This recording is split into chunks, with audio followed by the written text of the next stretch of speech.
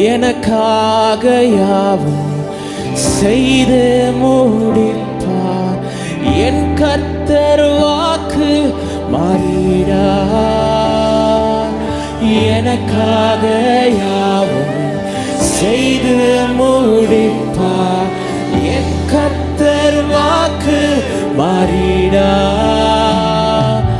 தமக்கென்றும் பயந்திடும் பக்தர் யாவர் விருப்பமும் தவறாமல் நிறைவேற்றுவார்.